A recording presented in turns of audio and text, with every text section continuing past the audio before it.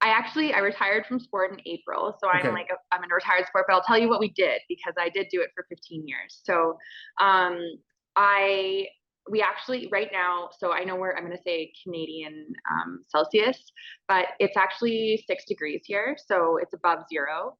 And we're on the water if it's above zero. So you go out and you like put extra layers on, and you walk in the snow. You get on the water. You carefully finagle around the ice because there's ice when you're getting on the water, and then you get on and you paddle. And so, yeah, we're on the water if it's above zero. Then we do a lot of cross country skiing because it's the same muscles that you're using. It's a push, and then getting good aerobic base, and then weights, and then we do this terrible thing called an erg. I hate it.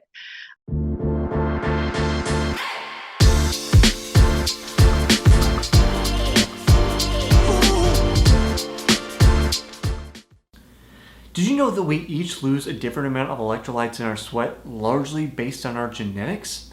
That means that there's no one size fits all perfect sports drink for everybody because we each have unique needs. That's why we at Solpre developed the Sync Hydration System, a series of sports drinks to help match you with the personal level of electrolytes that you need.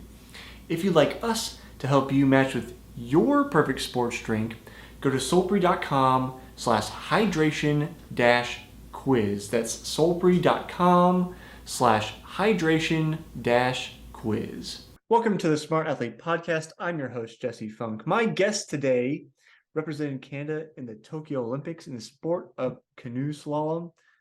She's won a bronze at the Pan American Games and a gold at the Pan American Championships. If I got that wrong, she's going to correct me here in a minute. Currently almost finished with her degree in business commerce and entrepreneurship, so I'm sure we're going to get along really well. Welcome to the show, Haley Daniels. Yeah, thank you so much for having me. Yeah, thanks for coming on. I first I gotta give you a little bit of a hard time or ask you.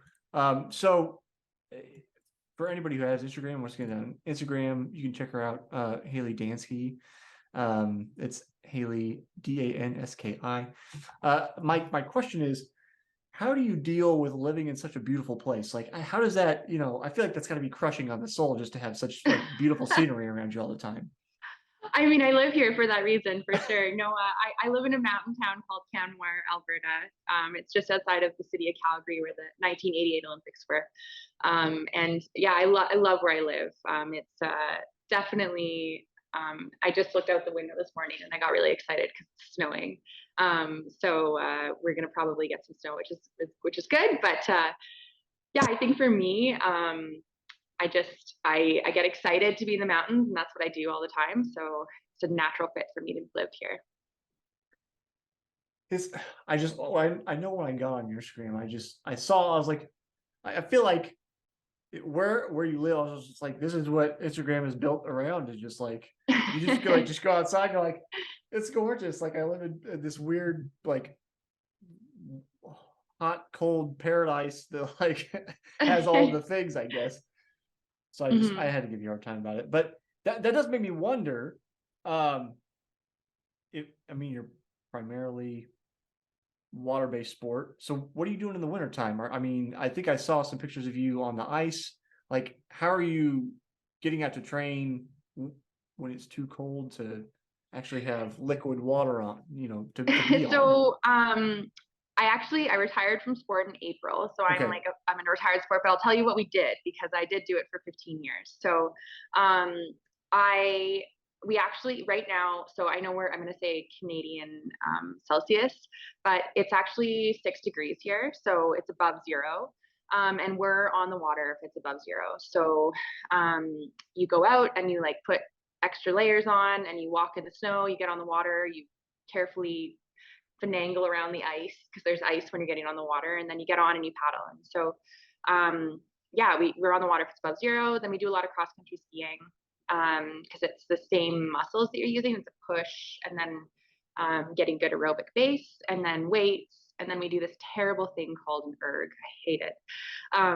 It's similar to rowing, but it's like a kayak erg, and you do intervals on that. So when we are here in Canada, that's what we're doing. But for the most part, we ended up traveling. So this time of year, I was usually in Europe or in more of Western Canada, yeah, closer to Vancouver, where it's just a little warmer and you can be on the water. And then usually come January, February, we are in Australia or New Zealand or Brazil or Dubai or somewhere warm where there's a whitewater course, so that we can get proper training and not lose that water connection. I mean, it sounds like such a hardship to like travel to all these places and Yeah, I mean the travel is actually quite fatiguing when you're yeah. on the road for anywhere from 6 to 9 months a year. You're constantly living out of a bag. You're home for a little bit. And when you're home, you're cramming in all the time with friends and family and sponsors and recovery and things like that. So it does become quite fatiguing, but yeah, it's an amazing thing. I mean, I've been able to see the world with my boat, which has been so cool. But it's also quite expensive. So all of those trips and coaching fees and accommodation and flights are all, I was responsible for all of that. So, I'm having to come up with anywhere from $50,000 to $90,000 a year to compete. So when I hear that we're going to go to Dubai, I'm like, okay, how much is the flight going to cost there? Like, what's accommodation there? So it's exciting, but it's also my brain's thinking about that budget as well. Yeah, I mean, I'm being a little facetious in terms of like the travel thing because I know it's like I traveled a bit doing triathlon, and I know we talked to like pros. It's like talking about the inside life of pros. When I think about triathlon specifically, the pros I know, we'll talk about like yeah, we travel places, but like you're living like when you go to compete, you're just living inside of a hotel room basically. Like you're training a bit, you're staying fit to race and compete, but like otherwise you're not like going out and sightseeing and stuff. And as you mentioned, like you're away from family and friends for a considerable amount of the year. I think that's something that people don't consider when they hear, oh, Haley gets to travel all these places and do all these things. Like, can you speak a little bit about, I guess, staying sane and like staying socially connected while you do all the traveling and stuff?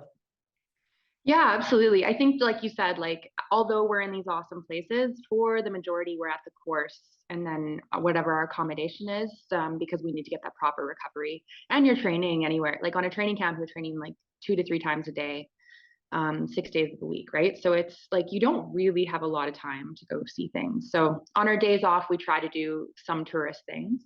Um, like, when we're in Sydney, we'll go to the beach for the day or something. But um yeah, I think for me, like a lot of my friends that I made on the tour, from different countries, one of my best friends on the tour was from the Netherlands, and things like that. And so you get to go hang out with these people, which is really nice.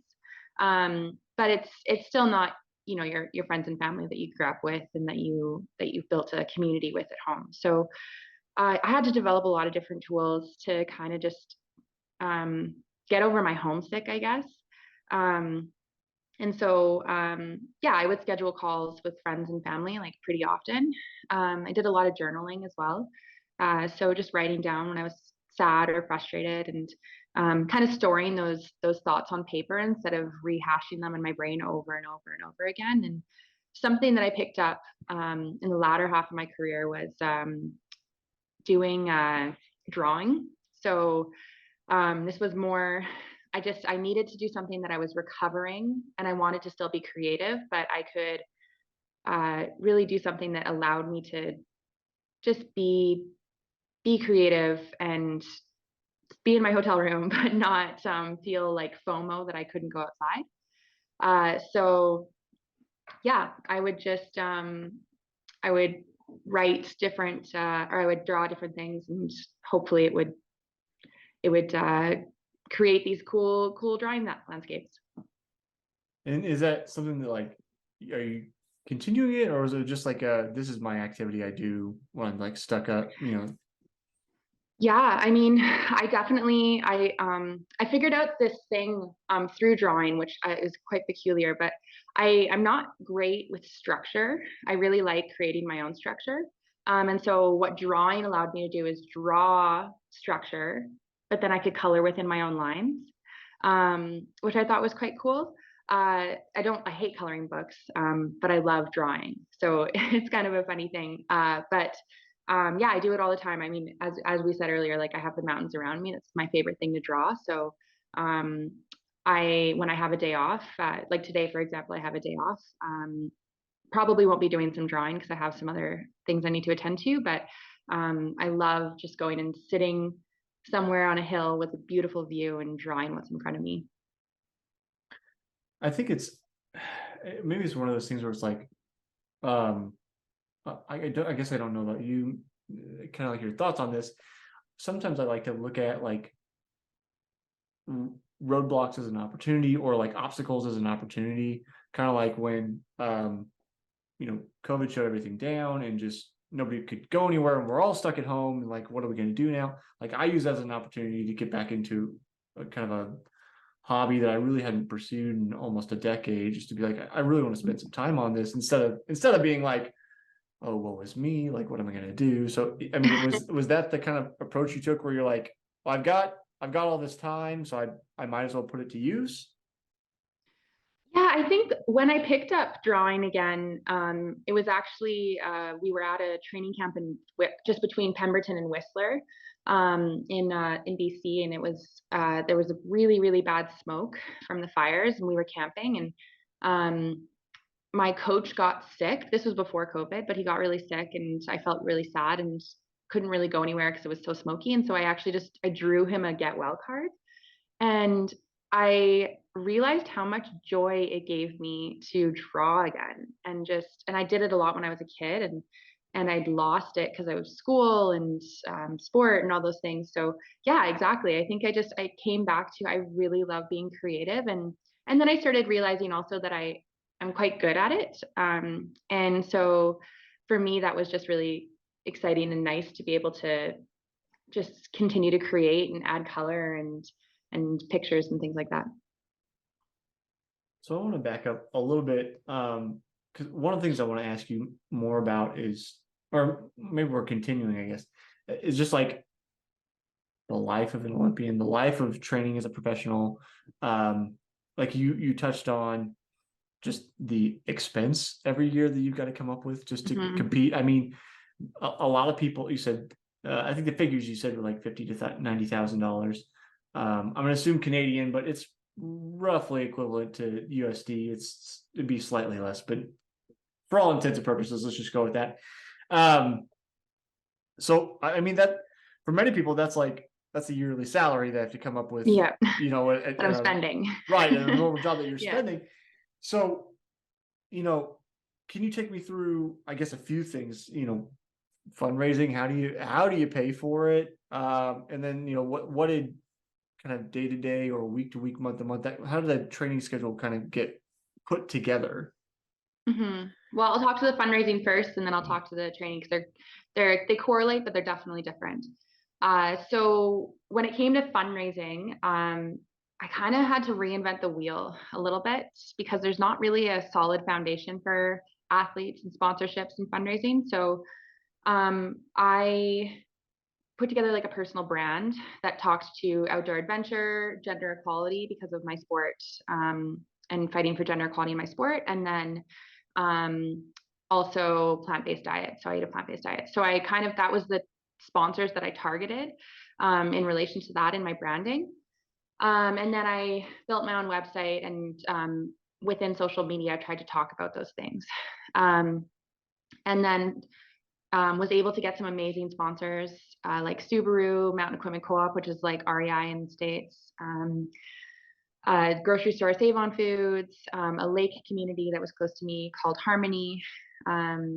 Yeah, many other different sponsors, but that was part of how I paid for a lot of things. But the thing that actually was most lucrative was fundraisers. So my first fundraiser was like a wine and cheese, and I had like a bunch of random silent auction things. And then I moved to I made a cookbook called the Canoe Kitchen, and it had plant-based recipes, and I sold those cookbooks along with teaching vegan cooking classes here in Canmore. And those were they were quite lucrative, but it was a lot of work for small events, and they Mhm. only pulled in about anywhere from like $2,000 to $5,000 an event, and it was just like a lot of work for that. So I eventually came up with this idea so I formed an advisory council. Someone told me that I need to have a board of directors, because it'll just help bounce ideas off, and then I can use their network for inviting people to things. So I formed an advisory council of 8 people that I trusted, and we met, and I was like, I want to do a fundraiser. We ideated some ideas, and we came up with this idea where artists paint paddles, and then we'd auction those paddles off to fundraise for my year. And it was sold out event every year. There was media, we had entertainment there. We had a beautiful paddles. Like, I'm actually, every time they would go, I would be sad when they go, because I was like, I want to put these all over my home. They're so beautiful. Hopefully sometime in the next couple months here, I'll be able to find some time to paint my own paddle. But it was just such an amazing experience. And I think for me also, it was amazing because I could invite all the people that had helped me on my journey and thank them and say, thank you for helping me. And here's what's next. And here's how you can support me. And I think that was just so special. We did do one post COVID as well that was online, and it did well as well. So yeah, I think that was all encompassing, and all of those, mostly I was the driver of it. So I was, full time working on these sponsors and the fundraising, and then I was also working at the same time, and then training full time. So not a lot of time to spare. But when you come into your second question with the training plan, we would do a yearly training plan. I would sit down with my coach at the beginning of basically the off season. So off season is like October, November, December. And we would talk about what didn't go well the year before, what I want to improve from that, how can I integrate that, and look at where the national team was thinking of training, if I wanted to go on those training camps, how long I would go, and then just looking at the races I wanted to peak for, and then figuring out my tapering or my training load heading towards those races. When you're talking about, you think you did a bit more than him, but so you're talking about like you as the driver, or kind of like, I would think of almost like you're the CEO of your own life in a way, like organizing all the things. It feels like a few weeks ago, but I think it's longer than that. I was speaking with pro gravel cyclist Alexei Vermeulen. We spent like 20 minutes talking about like the importance of athletes promoting themselves, and like kind of how, in his opinion, like COVID shifted the kind of like sponsorship landscape and like how money flows through the sport, and that like the emphasis on the athlete really got pushed up because during that time, like there were no events, like nothing was going on, but like social media was still important. Like sponsors could still get exposure that way. And like, athletes building themselves up as their own brand gave them more control over who am I working with, what's the message I'm putting out, like where are the dollars coming from, and then also being more authentic. I think you talked about working with like plant-based diet sponsors or companies, because that aligns with what you're doing. I think it's an interesting and great time, I think, for athletes, because you can find companies that align with their values instead of just being like, I don't know. I'm not sure what a good bad example would be. Like it's like Tyson Chicken being like, Haley, we're gonna give you $1 million if you just promote Tyson Chicken. You know what I mean? Like, and you're like, I actually had an opportunity like that with the Turkey Association of Canada, and I had to say no, because I was like, I just don't eat turkey. But yeah. It's I think it's important to understand your alignment and like what it is I want to represent. I think now it's shifted a little bit for me because environment is really important to me.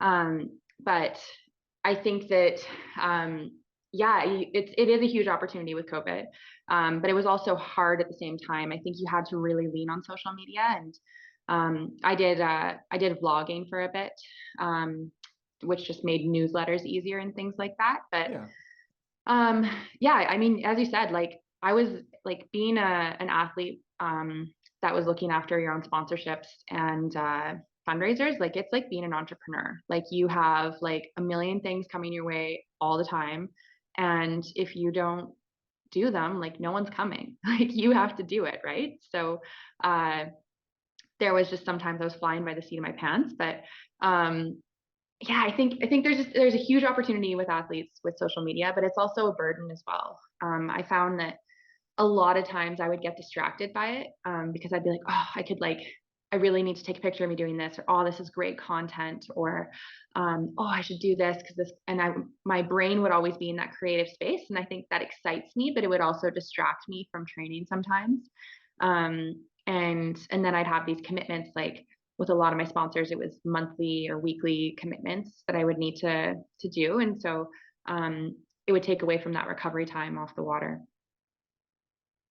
I mean, when you were talking about your schedule, you're talking about training full time and then basically having a job. And just like it sounded like you had several jobs. So who knows how many hours that adds up? Well, maybe you know how many Yeah. hours that added up to. It just, you know, I felt like, how do you possibly keep track of all those things? I mean, before we got going, we talked about kind of my background and my endeavors into trying to become a pro. The peak, I was training like 15 to 20 hours a week. And I kind of started my own company so that I could be in charge of my own schedule and make my own money Hmm. and not be, because I knew sponsors wouldn't care about me basically. But even if I was, That's like, I not wouldn't true. be beholden to anybody else. But even Yeah. then it was hard to juggle. I can't imagine like all of the extra time that you had to spend on all that and still be able to recover. Like, so what you and many top athletes I speak to go through, like, it feels unimaginable to me, like just having a glimpse of that lifestyle and then thinking, oh yeah, tack another like 20 or 30 hours onto this and still be ready to go. Hmm. Um, do, do you look back on it and go like, oh, I'm glad I'm not doing that anymore, or do you look at it and go like, how did I get through it, or you were just like, oh no, like it was just one thing at a time. All of the above. I think that I miss it a lot. I am now I'm working in at a leadership development company, and I'm doing business development there, and um, it's an ever changing environment. So it's a startup essentially. So I do like that fast paced environment, but I think it's hard because um, like it's just a lot of sitting and things like that. But I look I look back often and I think about how did I do it? Like I'm exhausted now, and I would say I'm doing less. Um, and maybe it's because it's a lot more like mentally new things, and that's maybe what's tiring. But yeah, I was like training 2 to 3 times a day, plus working, plus hustling sponsorships, plus lobbying to the International Olympic Committee to try and get our sport in the Olympics, plus supporting my dad for through a transition, plus like plus, right? So there was just so much there. So I think that now I like almost feel guilty for being tired because I'm like, I wasn't tired before. Why am I tired now? But I think something that I've kind of come to terms with is I'm still quite burnt out from the Olympics, even though it's been like more than a year later. Um, It like it takes I think it takes years to recover from that. And like I think I was just going on low for so long that yeah, I'm still just trying to figure out how to get that energy and be recovered. And I think now like my priorities have really shifted. Like before it was like my highest priority is training, my second highest priority is recovery, and then my third highest priority is funding my sport. And now like activity is still high on the list, but it's not my highest priority. And recovery is still high on the list, but it's not my highest priority. And lately I've been actually thinking about shifting that because I think recovery needs to be higher on my list. But it's just it's really hard because I want to be able to go and do that activity, but I like it's just it sometimes there's not as many hours in a day to get it done. you made me think about this sentiment I saw recently, and I can't remember exactly where I saw it, unfortunately. Uh, but it's something along the lines of like, I've talked about this before, like comparative suffering. In this case, being tired, like you don't have to apologize for being tired. Like if you're tired, you're tired. Like just because, in this case, past you versus like present you. like, oh, why am I not able to do such and such or whatever? Like, whether you're comparing to yourself or you're comparing to somebody else, maybe somebody can, uh, do more than you can, and then they're tired. So it's like there's this idea about like almost earning a badge of tiredness. Like, oh, I put in 100-hour weeks, and thus I'm tired, and my tiredness is like better than yours. But maybe you're like, you know what I mean? Like, but maybe you'll say in my case, maybe I put in 20 hours a week and I'm exhausted. But it's Mhm. like, well, your tiredness doesn't equal my tiredness because I put in more work. It just, I saw the sentiment about like, it doesn't matter. Like, tired is tired. You know what I mean? Mhm. Like, so I feel like it should, if I can buoy your spirits a little through my rambling, I just feel like, give yourself a little bit of grace. The Olympics is unfathomable to most of us. The work that takes to get in there, and just, you know, if you're tired, like, allow yourself to be. I think you're probably Mhm. doing okay. Yeah, I think it's just I once a high performance athlete, always a high performance athlete. Yeah, Like I get it. you have that high I get performance it. mindset. And so, I really want to be good at everything I do. And I really want to love my job, and I really want to love the things I'm doing. And I'm figuring that out right now. I'm aspiring actually to be a firefighter. So that's my next thing. But it's a really long hiring process. And yeah, I do need to be a little better about not comparing myself to other people, and um, not comparing myself to my past me, because how I feel now is how I feel. But I think, as you said, like, yeah, giving myself some grace. My sports psychologist always talked about this. It's important to grieve. It's important to feel how you feel. And I need to probably bring that back into my space a little bit. But I think something that drives me in anything I do is I want to know why it is that I feel this way, why it is that I'm moving towards what I'm doing. And I'd like to know why it is I'm so tired all the time. Hmm. So uh, hopefully there'll be some clarity there. I would hope so. But like I said,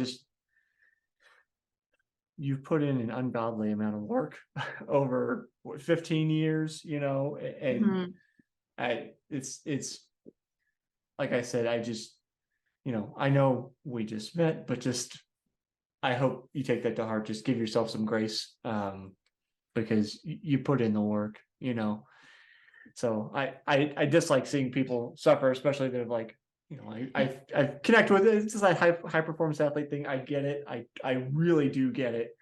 Um, but just, that's something I've been working on, I guess, as like I've been struggling through injury this year, and I basically haven't been able to compete because of this injury that, for lack of a better, explanation, or longer explanation, is like, it's something that's been basically 10 years coming that I have to get through. And Mhm. so I've had to spend a lot of time, like, just being like, okay, maybe you're not as fast as you were. Just be present with who you are now. Yeah. Um, and like you said, the shifting priorities, like, you're finishing your degree. We're back to the Olympics. You're finishing your degree. You're like trying to move forward. And Mhm.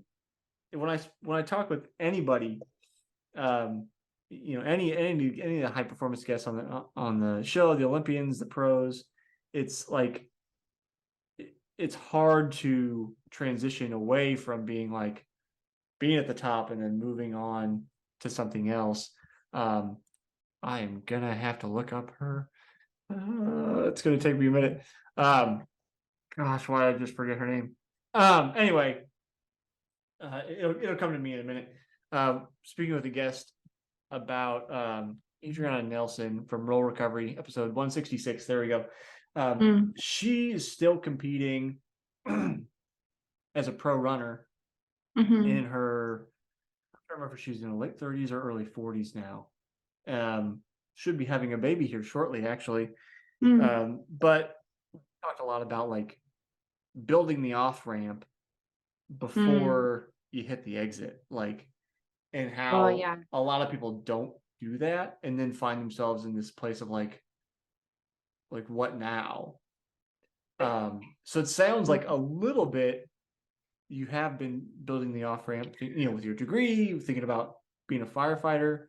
Um, Can It's you so talk a hard to little bit do it about that? while you're in it, Yeah. like, there's a lot of programs that are offered to us as athletes. The Canadian Olympic Committee has an amazing program called Game Plan. So they helped us to transition even while you're still in sport. But there's only so much you can do to build that. I like that term, off ramp. I've never heard that before, but there's only so much you can do to build that off ramp because uh, you have to have blinders on. Yeah. Like if you want to get to the top, if you want to be at like the top Canadian and going to the Olympics and being the number one, like there's only one person per country per category that goes, Yeah. and then only 22 nations go, so not even all nations go, right? So if you want to be that one person, you have to, like, I often think of the horses with their blinders, right? And Yeah. they have that carrot in front of them and it's dangled and it's just like run towards the carrot, nothing else matters, right? And that's what you have to do to get there. And um I don't regret that in any way, but I definitely I've dealt with a lot of adversity throughout my life and my career, and transitioning has been the hardest thing I've ever done. And I think I've been thinking a lot about it and why that is, but I think there's various things. But when you're an athlete, if you're tired, you nap. If you've got if you're feeling like you're not performing on the water, you take a day off. If you have something that's off, you go and get tests, you talk with your team, you figure out, you talk with your coach about how to be better in that thing. And in the real world, we and athletes, we have this funny thing called NARPs, so normal, average, regular person. It's an acronym, so I'm a NARP now. But being a NARP, I guess it's like you don't have that team of people unless you assemble it. So like, you can have your partner, you can have your parents, you can have your friends, but like it's not the same. They don't have an obligation to you to help you perform. Unless you assemble a team of people that are like, can you be my high performance team to be a normal person, please?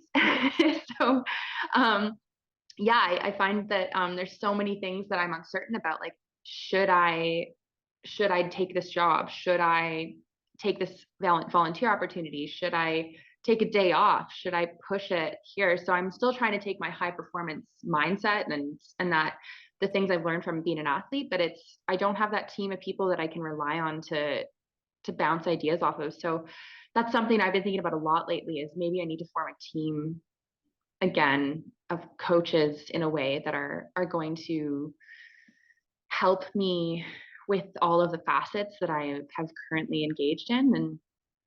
And yeah, I mean, I like, the other part I find about transition is when you're an athlete, like you can dip your toes oh so slightly in something and it can feel like, oh my gosh, like I always thought I wanted to work in sponsorship marketing. And I still kind of think I want to do that. But working in a big corporation and doing something like that. And then I tried it.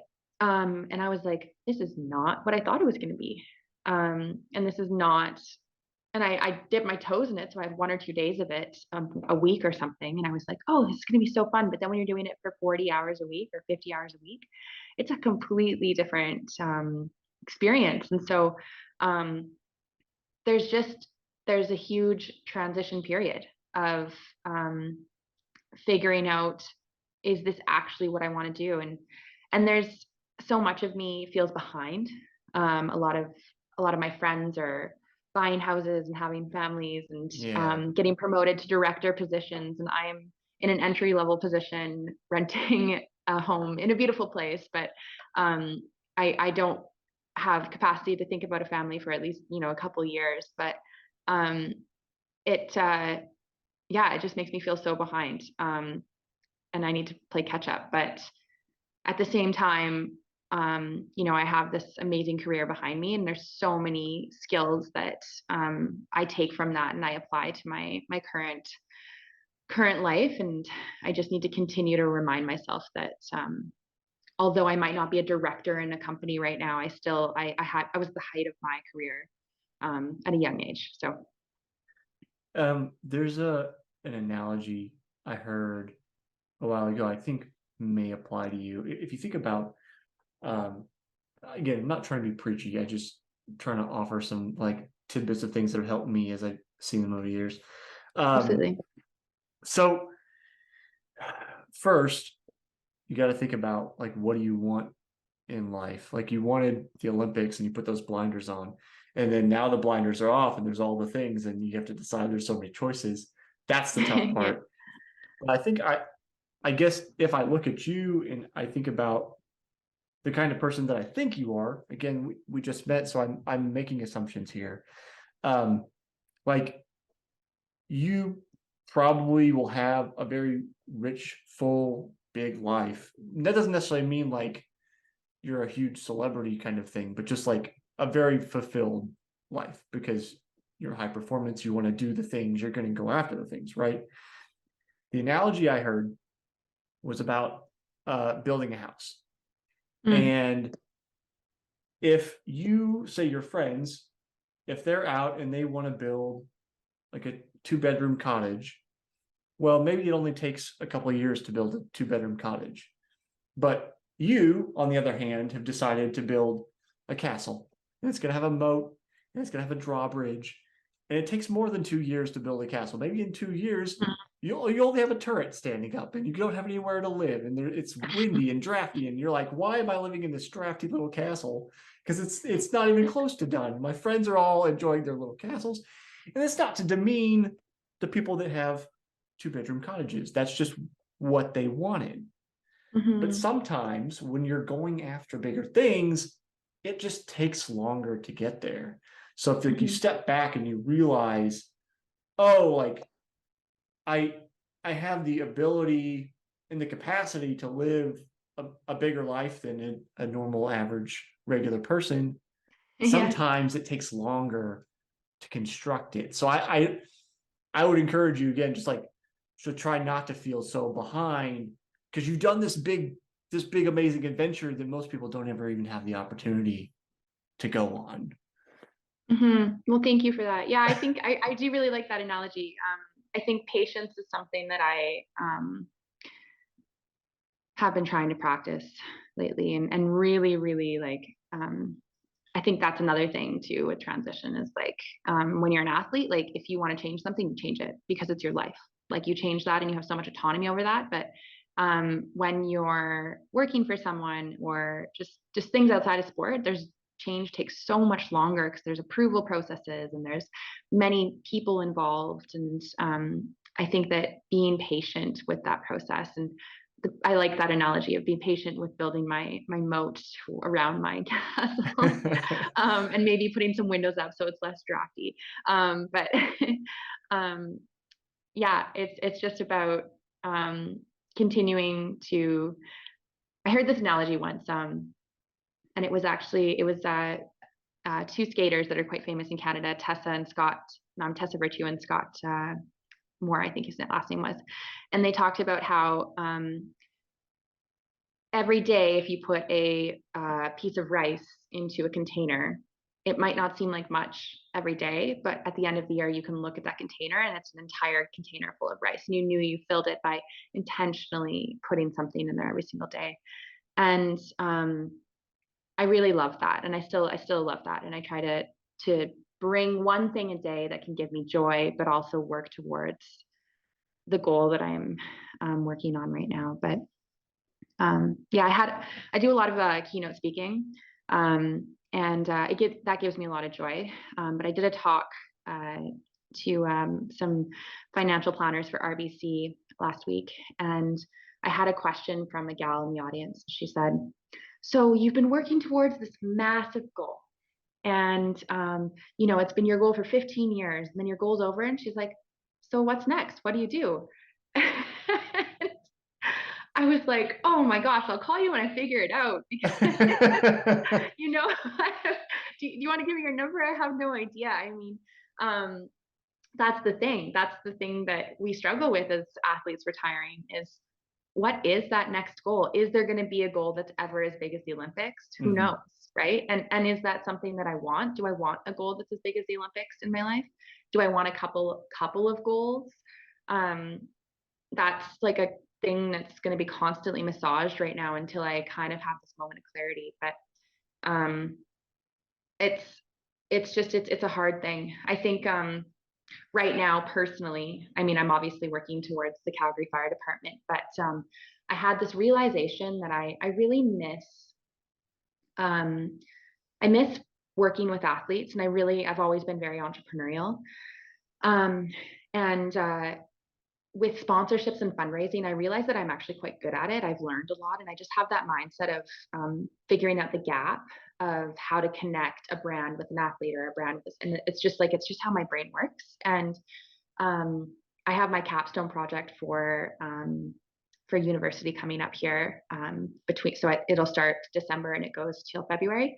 And I need to come up with a company and then pitch it to investors at the end there. And I had this idea of maybe creating an incubator for sponsorships for athletes. And I just don't think that that's something that is happening right now. And it's been like the last few weeks that I've been thinking about it, but I literally get excited. I get giddy when I think about it. And I'm like, maybe this is my thing. Mm-hmm.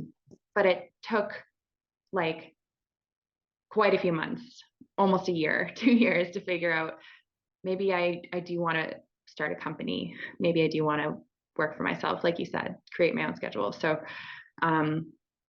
it just takes time, and I have to practice that patience and get to practice that patience. Yeah. Well, and the tough thing too is like when you're trying to figure out what do I want to do? What should life look like? I think I talked about this when I was talking with Tim Pereira. Tim, what episode were you? 169. Is like designing your life and all those kind of things, but also realizing like number one, it happens, and two, that it's okay that sometimes the goals shift or like your idea of what do I want changes. You know what I mean? Like some in your case, as a concrete example, maybe you're like, no, I want to put off the company for a while. And I really do want to be a firefighter for a while. And then maybe eventually you go, no, I think I do want to do that company, or vice versa, or whatever, like Yeah. that's the wonderful and scary thing I think about life and being an adult is that you have all these options and you could choose any number of things. But eventually you have to choose something, and then deciding, okay, let's continue on this path or let's change paths. And I don't have any hard concrete, advice in terms of like do this, do that, but just commiserating, I guess, with the difficulty of having options sometimes. Mm-hmm. I think at the last half of my career, something that I leaned into really hard is trusting my gut, because there's so many choices that come at you. And I think like I had so many people giving me advice and all these things. And I was like, the most important thing I can do is if this feels right, do it and lean into it and really do it well. So that's something I'm trying to do now. Just trust my gut, and know that I have the skills to take it on. Yeah. Haley, as we're winding on time, you get to be the last person to answer this question this year before I bring a new question for next season of the show. I'm asking the same question to all my guests this year. I think you probably know it if you watched that other episode. This year, I'm asking people, how do you celebrate your wins?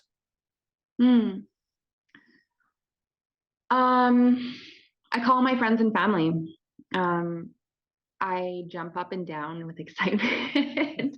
I recently just passed the polygraph for firefighting, and that was something I was thinking about for 8 months, about how scary it would be.